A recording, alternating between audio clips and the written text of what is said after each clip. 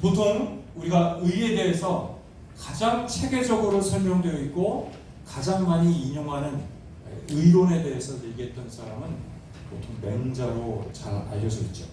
그래서 혹시 궁금하신 분은 맹자를 보시면 맹자가 의에 대해서 많이 얘기하고 있어요. 맹자는 육아사상 가운데서도 공자 반열에 접근한, 공자가 성현이라면 맹자를 아성이라고 하죠. 성현에 준할 정도까지 갔다. 이 맹자 사상의 큰 특징이 인간의 본성에 대해서 굉장히 천착했던 사람이에요. 도대체 사람의 본성이 뭘까? 사람의 본성을 이해하는 것도 사람의 본질을 이해하는 게 굉장히 중요하겠죠. 그래서 맹자는 사람이 갖고 있는 아주 중요한 네 가지의 본성이 있고 그 본성을 추동하는 네 가지의 단서가 있다. 이거를 맹자의 사단이라고 보통 그래요. 이게 사실 뭐 이렇게 제가 어려운 동양처럼 얘기하자는 게 아니라 한번 볼까요? 인간에게는 불쌍하고 어여삐 여기는 마음이 있더라. 측은지심이에요. 여러분들 어때요? 측은지심이 있는 것 같아요, 우리에게? 본인에게 한번 가슴을 얹고 내가 어떤 모멘트에서 측은지심이 있더라. 사람이 그런 게 있죠. 수호지심, 부끄럽고 증오하는 마음이 사람들에게 있다. 그런 경우 있으세요? 있겠죠. 물론 이 본성론의 사단 말고도 많이 있겠지만 사양지심, 겸양되이 사양하고 물러나는 그런 마음들. 저는 사양지심이 참 어려운 것 같아요. 사람들은 본능적이고 자기의 이익을 쫓다 보면 사양지심이라는 게 상당히 저는 어려운 단계라는 생각이 저 개인적으로 좀 드는 편인데, 시비지심, 이게 상당히 인식론적인 얘기죠. 사람은 진실과, 즉 시와 비, 거짓과 진실을 밝히려는 그런 마음이 있다더라. 그리고 이러한 본성에 추동하는 네 가지의 단서가 있는데 측은지심 안에는 바로 사람에게 인이 있기 때문이다. 사람을 존중하고 어여삐 여기는 그 인이 있기 때문에 사람들은 측은지심이 있는 것이다. 사람들은 예가 있기 때문에 사양지심이 있는 것이다. 사람들은 지적, 바로 탐구력이라든가 호기심이 있기 때문에 시비지심이 있다는 거죠. 대체적으로 이해가 가요.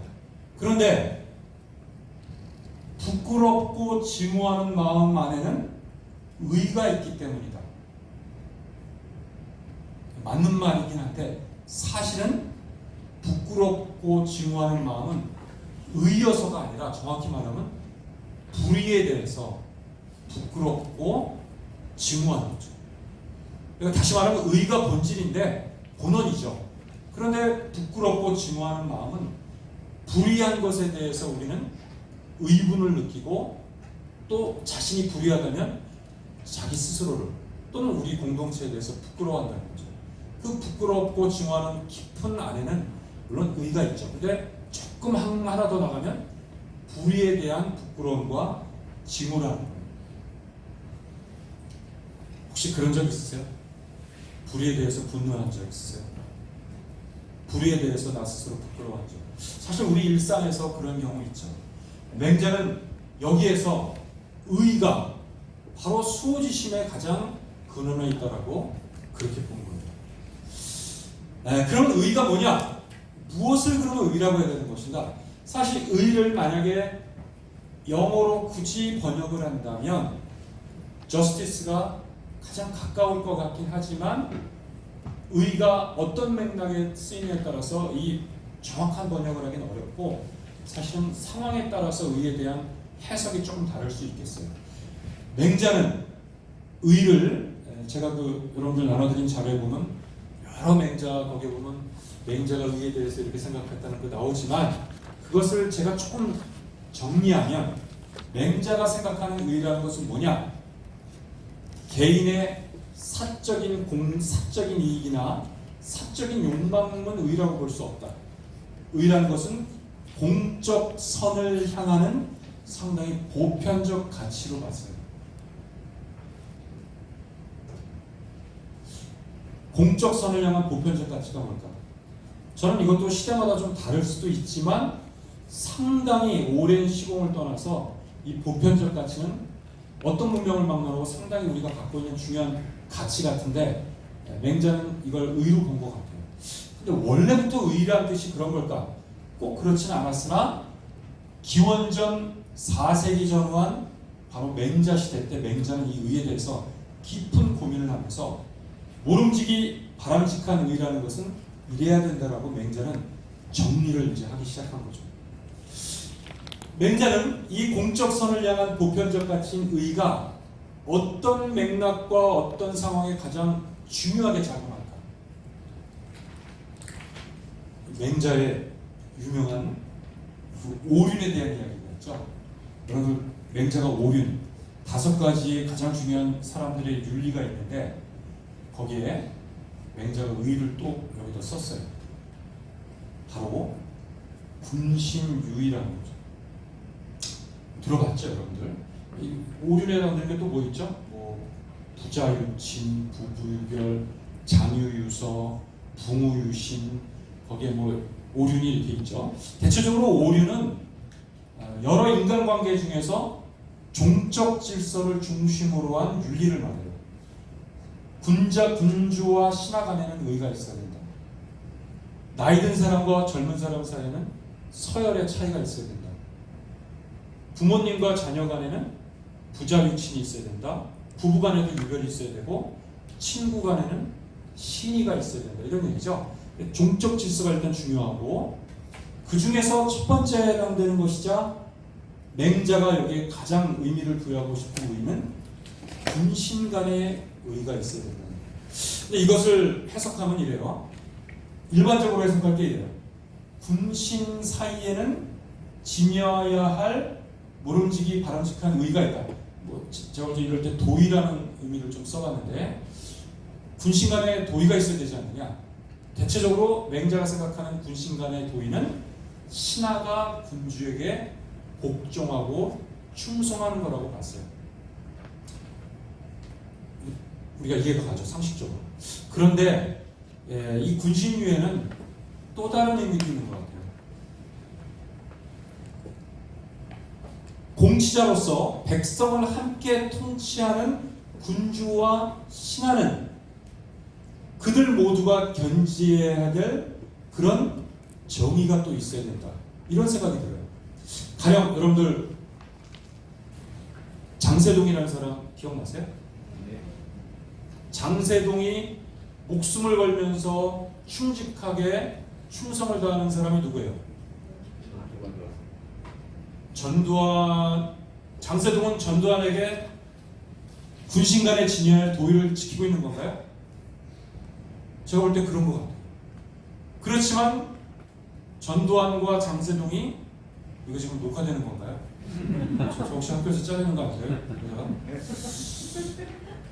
전두환과 장세동이 서로 간에는 의를 지키는 것 같지만 과연 그 대통령이었던 사람과 그 장세동이 정의로운 치자라고 생각하세요? 그러니까 이 군신유의는 단순히 군주와 신하 간의 의로만 봐서는 이 말에는 단편적인 거죠. 바로 군신유의는 맹자가 볼 때는 공치자로서의 군신이 견지될 보편적 정의가 있어야 이럴 때 또 의미가 맞다라고 볼 수 있는 거예요. 이거는 제 개인적인 생각이 아니라 바로 맹자의 사상을 우리가 쭉 종합적으로 보면 맹자는 모름지기 군주는 바로 도의와 정의의 근거이자 이 모든 것의 명분은 천명을 받은 도덕적 군주가 통치할 때 그런 통치 체제에서의 바로 군신유의를 말하는 것이다. 이것이 유명한 맹자의 왕도론이에요. 실제 맹자가 살았던 시대에 가장 강력한 영향력을 행사하는 사람은 주나라 왕이 아니에요.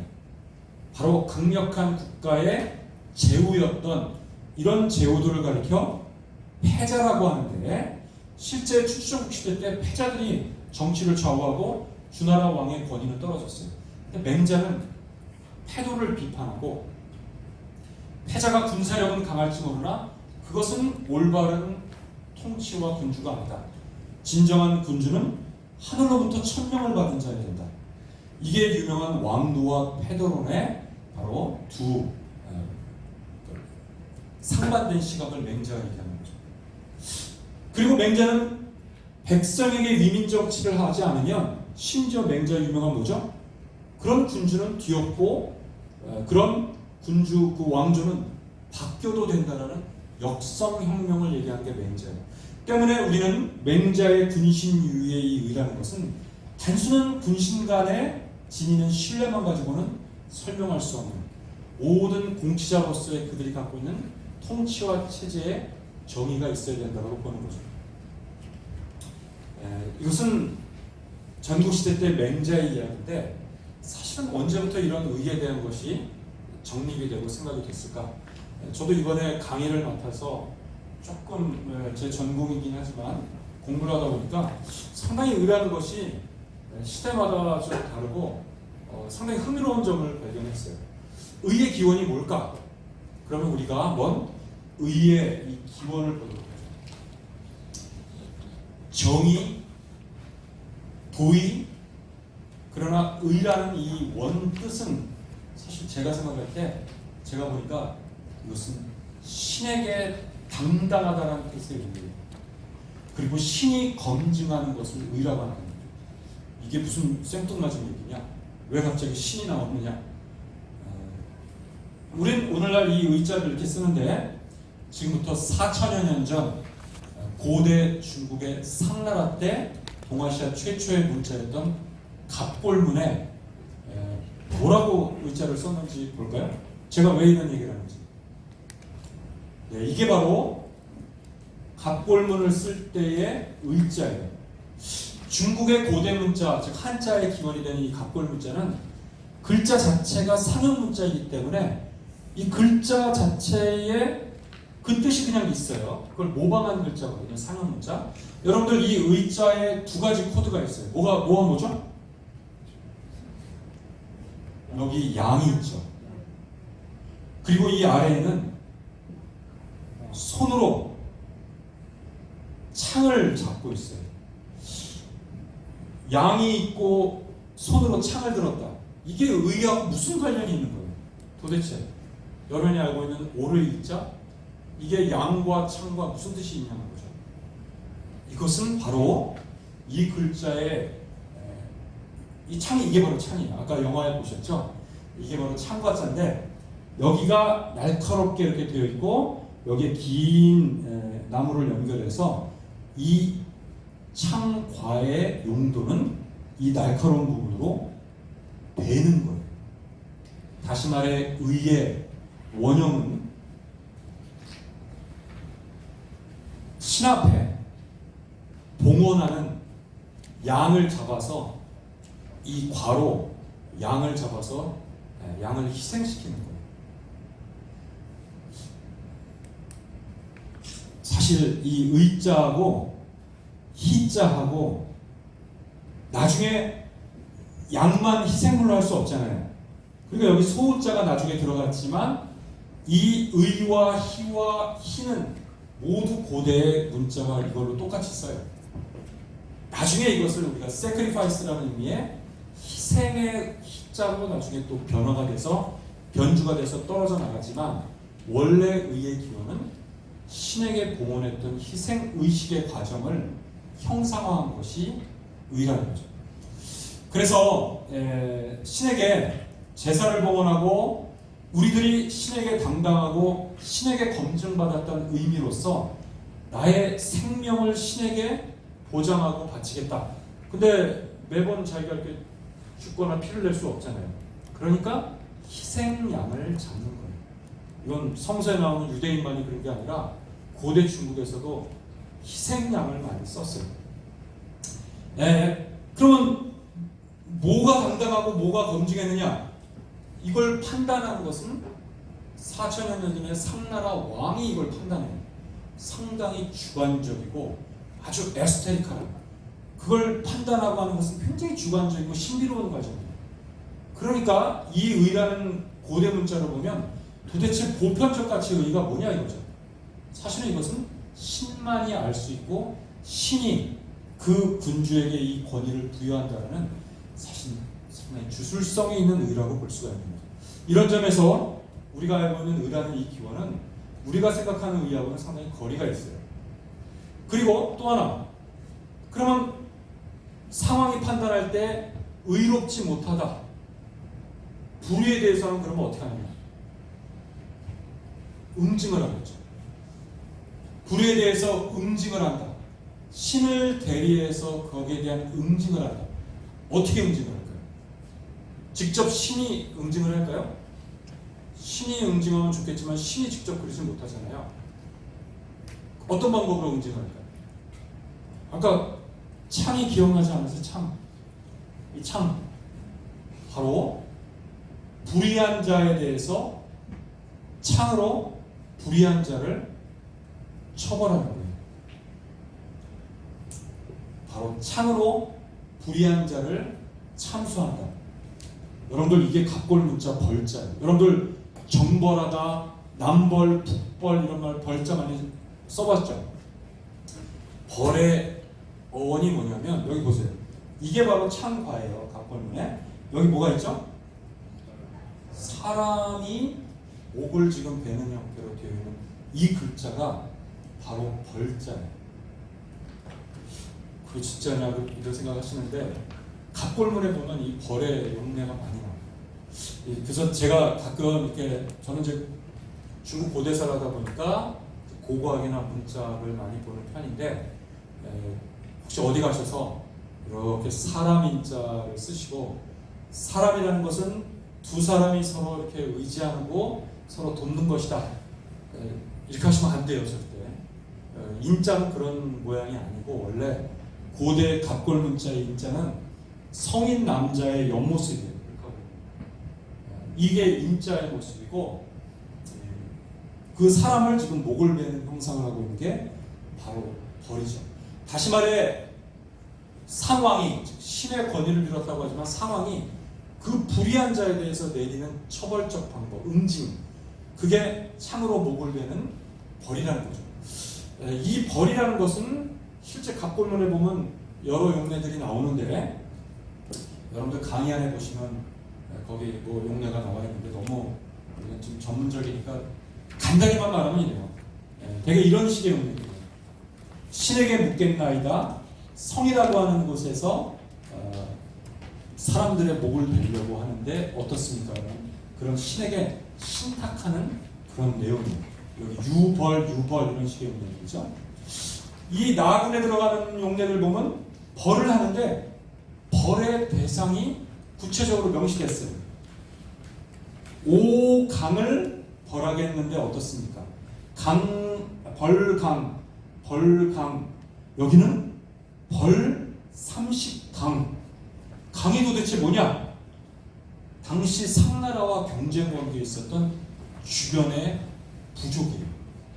만약에 이 갑골문의 내용이 맞다면 여기 병인날 강족 30명의 목을 베려고 하는데 어떻습니까, 여러분? 이게 사실일까요? 심지어 벌이 조금 더 확대되면 벌 방, 벌 마방, 이 방이라는 글자가 들어가면 당시의 주변의 부족 국가를 방이라고 그러거든요. 그러니까 사람을 대상으로 벌도 있지만 주변의 부족 국가를 벌한다죠. 이게 이제 우리가 흔히 하는 정벌한다는 의미인데 그 나라를 쳐들어가서 군사적으로 완전 진압해버리는 것을 벌의 의미로도 이제 쓰게 되는 거죠. 우리는 이런 갑골문만이 아니라 1950년대 이후에 중국의 상나라 왕의 무덤 주변을 발굴하는 과정에서 고대 초기 국가의 거대한 왕들의 무덤들이 발견되고 이게 왕들의 무덤이에요. 우리가 위에서 이제 파보면 십자 형태가 되어 있는데 이 길이가 50m니까 이 무덤의 경우는 가로가 약 한 70m, 세로가 한 거의 150m 가까운 그런 거대한 초기 상나라 왕들의 무덤이죠. 여기도 왕들의 무덤이 보이죠? 근데 왕들의 무덤까지는 알겠는데 여기에 이렇게 여러분들이 볼 땐 조그만 점들이 보이지만 이게 뭐냐면 왕들의 무덤이 있고 왕들의 무덤을 발굴하면 그 안에 곽실 내부로 들어가다 보면 많은 사람들의 유골들이 보여요. 대부분 아마 순장자들일 거라고 생각을 해요. 실제 순장이라는 문화가 고대에 있었으니까. 근데 고고 발굴할수록 굉장히 놀라운데 이 왕들의 무덤 주변에 보이는 이 점들, 이걸 사실은 배장갱이라고 하는데 이걸 좀 더 확대해 볼까요? 네, 이게 다 그 수백 수천 개의 구덩이에요. 갱. 그 구덩이를 파봤더니 그 안에 한 구덩이마다 막 19 이상의 유골들이 빼곡하게 차 있어요. 정상적인 죽음을 맞지 않았고 처참하게 파괴되어 있는 그런 유골들이죠. 이게 발견되면 이제 고고학자들은 사진을 찍고 섬세하게 그대로 묘사를 한 다음에 학술지에 이제 보고를 하고 그래요.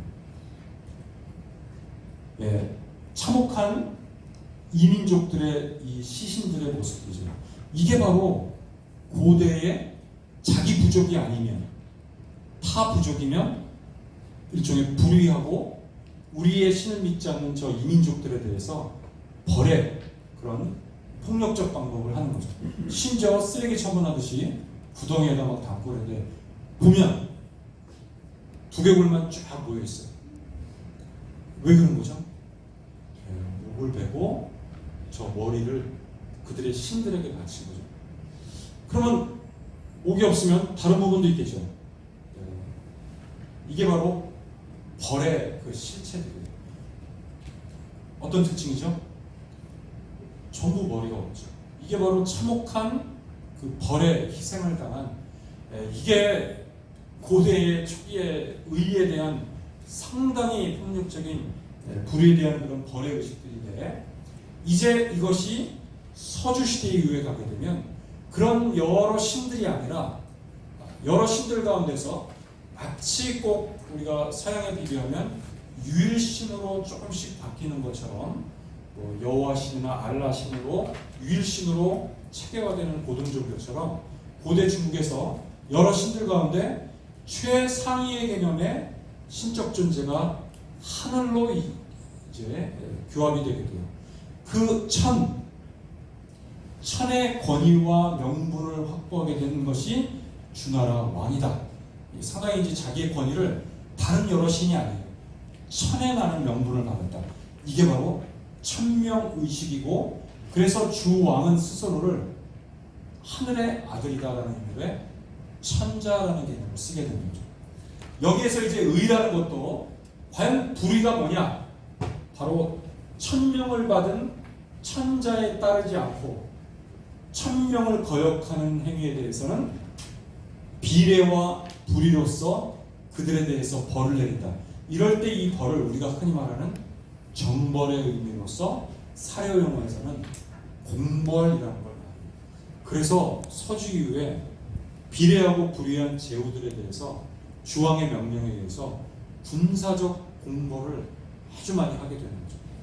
그러나 이것도 그나마 주왕의 권위가 있을 텐데, 주왕의 권위마저 떨어지게 되면 이제 의가 무엇이고 무엇이 불의이고, 그야말로 춘추전국 시대 이후에 가게 되면 의의 권위에 혼선이 오게 되고 대단히 자의적인 의를 만들어내면서 공벌과 사적 폭력이 양산되는 혼탁한 그런 시대에 가게 됩니다.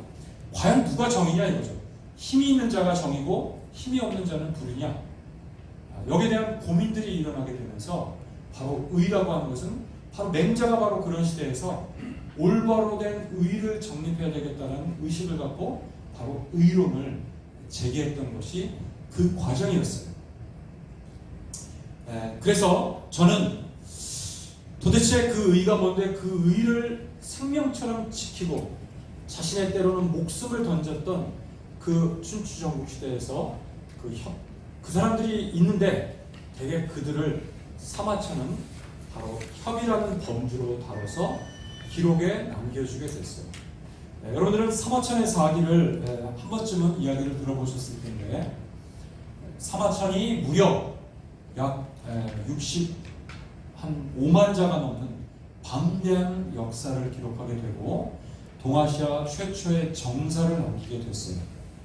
그런데 그 사마천의 130권에 해당되는 챕터 중에서 112권이 인물들에 대한 바이오그래피예요. 그러니까 이것은 뭐냐?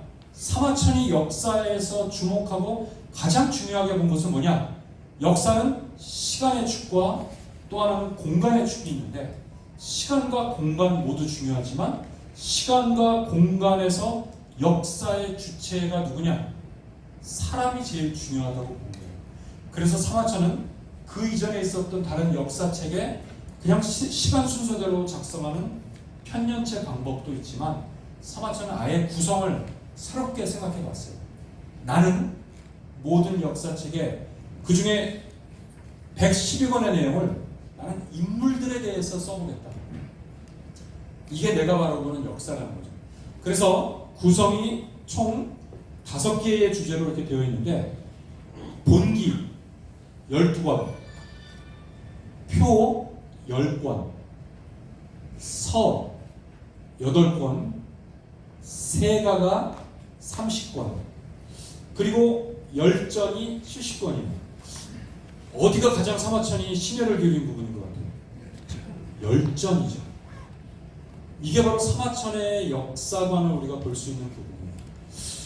그럼 본기, 표, 서, 세가, 열전이 뭐냐? 그래서 훗날 역사가들은 본기의 기자와 열전의 전자를 따와서 이런 사마천의 서사 방법을 기전체 역사 서술이라고 이렇게 썼어요. 그러면 우선 본기가 뭐냐? 본기, 세가, 열전이 인물 평전이고, 표는 시간의 축이에요. 그러니까 역시 역사는 시간의 축도 중요하니까 쭉 연대기적인, 마치 우리 연표, 지금도 우리가 그래서 책 뒤에 보면 연표라는 말을 쓰죠. 연표라는 말을 쓴 이유도 사마천이 표를 썼기 때문에 그래요. 그래서 위에서부터 시간 순서대로 몇 년에 뭐 쭉 해서 가장 가까운 시대까지 쭉 순서대로 쓰죠. 시간의 축인 표. 그 다음에 서는 사마천이 생각하는 주제별 역사예요. 모름지기 국가를 운영하는데 가장 중요한 제도나 주제가 있어야 되는데, 그게 뭐냐? 이제 요즘식으로 하면 뭐라고 쓰겠어요?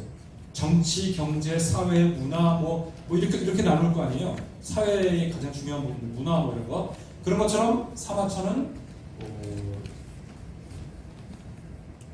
율, 역, 예, 악, 뭐 평준, 경제적인 뭐 학어서 뭐 이런 식으로 약간 고대적 시각이긴 하지만 8권의 서를 작성했어요.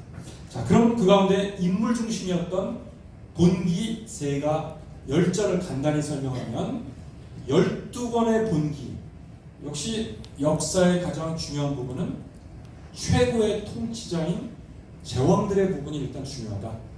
그래서 사마천이 첫 번째 챕터 12권에 들어가는 내용은 바로 마치 천상의 북극성이 지상에 구현된 것처럼 하늘을 대신하여 천자가 통치하는 이 땅의 세상, 바로 제왕과 황제들의 역사를 썼어요. 바로 12권이죠. 이런 12라는 숫자도 그냥 쓰는 게 아니에요. 바로 사마천이 사관이고 천문관측을 하는 사람이기 때문에 하늘의 수, 바로 12지에 해당되는 12권을 쓰는 거죠. 이런 것도 우연이 아니라 다 고려해서 이렇게 구성을 하는 거예요. 30세가, 그 다음은 제왕급은 아니지만 그 다음 레벨에 들어가는 제후급들의 인물들. 여러분들 만약에 한국 현대사의 본기편 그러면 누가 들어가겠어요? 이승만 대통령. 이렇게 쭉 들어가겠죠. 지금의 문재인 대통령까지. 근데 이제 어떤 사람에 따라서는 나는 본기편에다가 북한의 뭐 김일성도 넣겠다. 그런 역사관을 갖는 사람도 있을 수 있겠죠. 누군가는. 이렇게 가장 중요한 통치자에 해당되는 사람들이 본기편에 들어가 있어요. 한국 현대사의 세가편을 쓴다. 누구를 열거하겠어요? 굳이 그래도 세가라면 킹메이커 같은 분들. 제가 보면 김종필 씨는 세가편에 꼭 들어갈 것 같아요. 영원한 킹메이커 같고 상당히 오랫동안 권력을 좌지우지했었던 사람. 비록 최고 통치자는 아니지만 일종의 그런 사람들이 세가편에 들어가는 거예요. 실제 제가 지금 질문했던 내용은 제 수업 때 학기말 시험에 종종 내는 문제예요. 여러분이 생각하는 한국 현대사의 혹시 본기세가 열전 중에서 하나를 정하고 그 중에 열전에 누구를 여러분들은 쓰고 싶냐. 어떤 학생은 개인마다 다르겠죠. 자기는 박찬호 선수를 쓰겠다. 왜 그러냐? 거기 썼어요. 우리나라 스포츠 역사에 이러이러한 기여를 하고 그런 인물도 열전에 들어갈 수 있는 거죠. 예, 본기세가는 우리가 어느 정도 예상이 돼요. 최고의 권력의 중요한 위치에 있었던 사람들이죠. 근데 문제는 열전이에요. 도대체 사마천은 누구를 열전에 무려 70권에 각 권당 한 사람만 있는 경우도 있고 각 권당 여러 명을 만나는 경우도 있어요.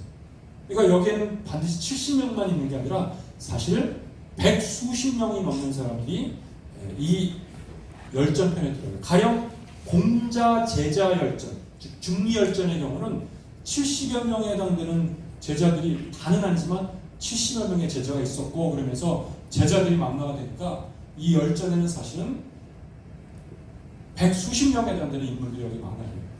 여러분들 같으면 아까 제가 말한 대로 사마천은 고민을 하면서 누구를 열전에 쓸 것인가.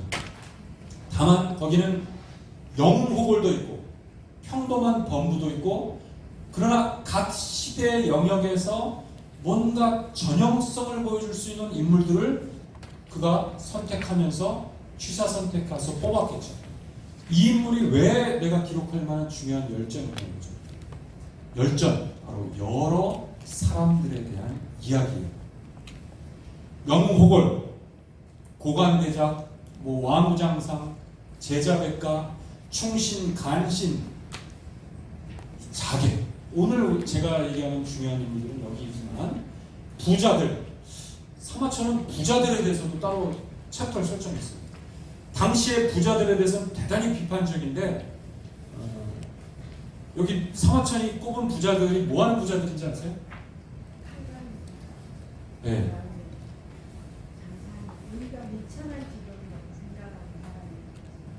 그런 사람들을 해서 돈을 번 사람도 있겠죠. 땅 부자들 굉장히 열광 많이 했어요. 부동산, 요즘 말로 하면 그 다음에 고리대금 업자. 그런데도 돈을 벌고 그런 사람. 사마천은 이 부자들에 대해서 대단히 냉철하면서도 관대하게 부자가 될 때는 이유가 다 있다. 그리고 사람이 살아가는데 개인의 이익을 추구하는 것은 너무 자연스러운 인간의 본성인데 근면하고 성실하게 이익을 취득했다면 문제될 것이 없다라고 하면서 사마천은 그리고 국가를 운영하는 데 있어서 재정과 예산이 중요한데 왜 부에 대해서 비판하느냐. 그래서 부자들에 대해서도 따로 뽑아서 굉장히 꼼꼼하게 다뤘어요. 사마천의 역사적 면모를 이해하는데 이 부자, 화식열전이거든요. 이 화식열전을 보면 사마천이 굉장히 경제적 안목을 갖고 있고 냉철하다는 걸 볼 수 있죠. 심지어 무당들, 환관, 그리고 중국 주변의 민족들에 대해서도 쭉 열거를.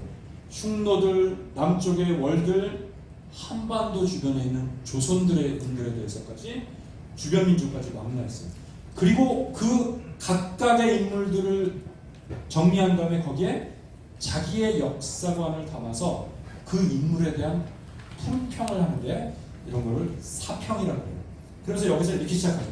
태사공왈, 즉 자기가 관직이 태사공이니까 태사공왈이라는 말은 즉 내가 보건대 이 인물은 이런 점이 어떻고 저쩌고 하면서 그 인물을 품평하는데 여기에서 사마천의 인간의 이해에 대한 수준과 역사를 바라보는 그 안목이 여기에 다 있는 거죠.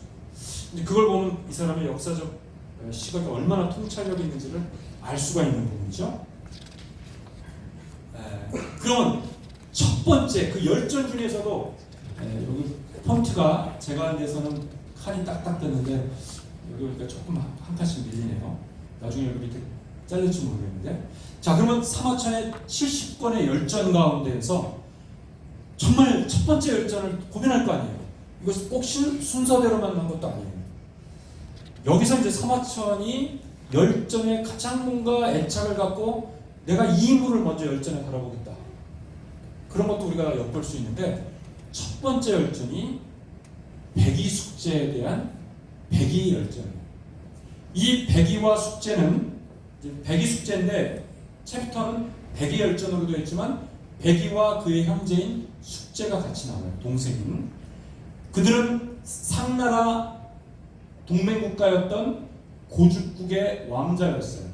그런데 기원전 1100년경 주나라에 막 떠오르는 주나라의 무왕 때 주무왕이 이 상나라를 멸망시켜 버리면서 상과 동맹관계에 있었던 많은 나라들도 주나라에 복속을 해야 되는 거죠.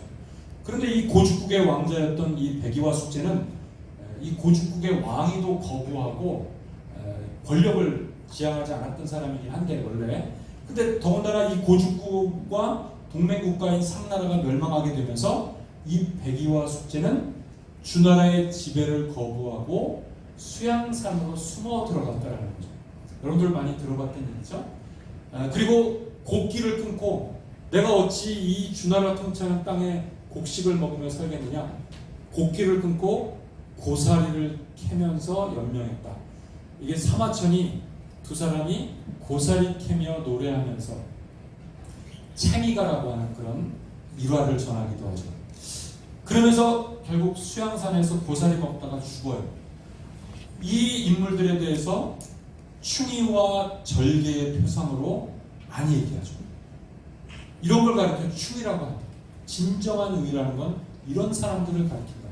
그러면 사마천이 열전의 첫 번째 백의 숙제를 한 것은 뭘 얘기하고 싶은 거죠? 충의를 지키는 것이 중요하다. 그게 맞긴 맞아요.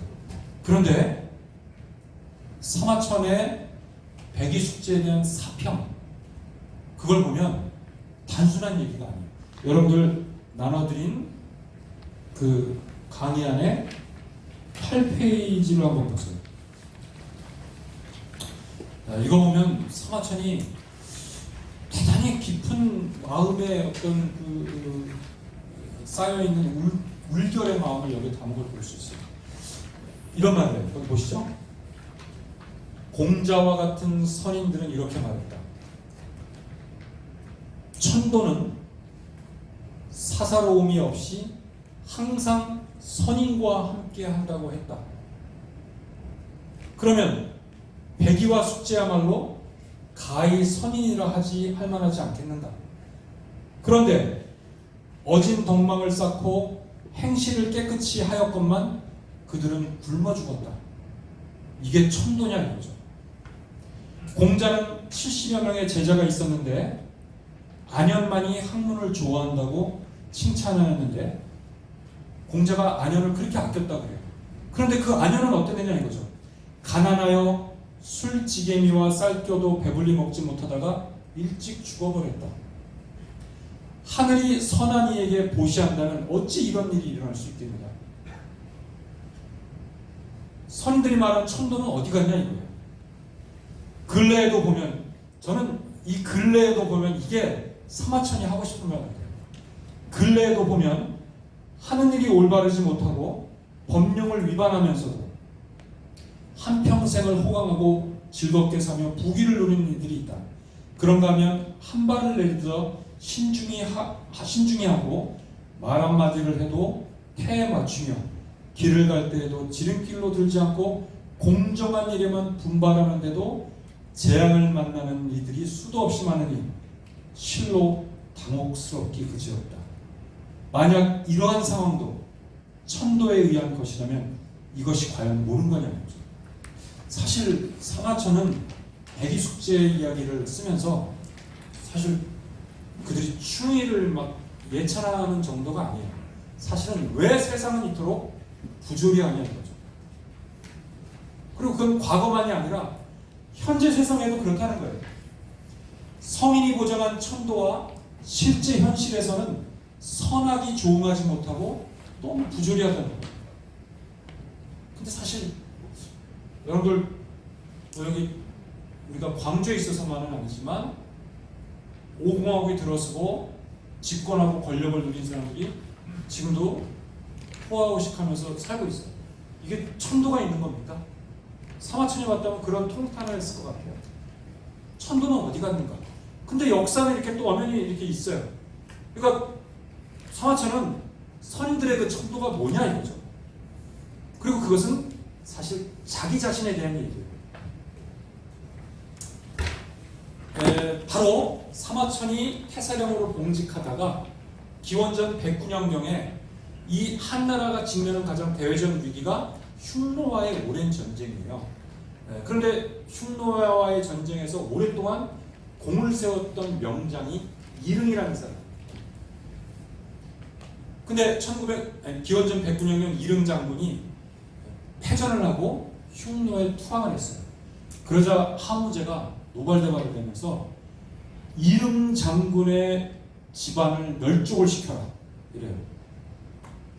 근데 태사관인 이 사마천이 볼 때 이릉 장군은 수많은 공을 세웠던 사람이에요. 그런데 그 전쟁에 패배했다고 멸족을 한다는 게 너무 지나치다라고 하면서 하무제에게 간언을 했어요. 충언을 한 거죠. 아무도 얘기 안 합니다. 근데 결과는 어떻게 됐느냐? 태사관 그대도 사형에 처한다. 죽으라고 그랬어요. 그러나 다만 하나의 구제할 방법은 있는데 궁형을 받는다면 사형을 면할 수 있다. 궁형이 뭐죠? 남자의 생식기를 거세하는 거예요. 살아있을 때 더욱 처참한. 근데 사마천이 죽지 않고 궁형을 선택했어요.